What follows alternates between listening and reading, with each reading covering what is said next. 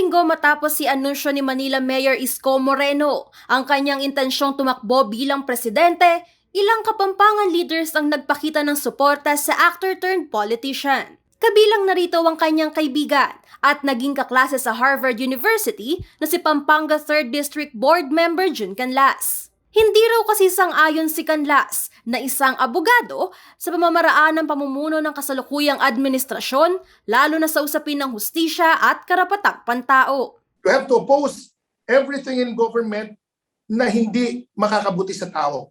There are certain things na ano yan eh. They are absolute principles na no ifs, no buts. Like for instance, no, delivery of justice, dispensation of justice, and the observance of due process. Unconditional yan. Not subject for bargain yan. Suportado rin ni Angeles City Councilor at mayoral aspirant Amos Rivera ang kandidatura ni Moreno dahil may kakayahan daw kasi ito mapagkaisa ang mga Pilipino. I think personally, ang pinaka-challenge po sa susunod po magiging Pangulo ng Presidente is paano po niya kayang unite yung mga tao po. No?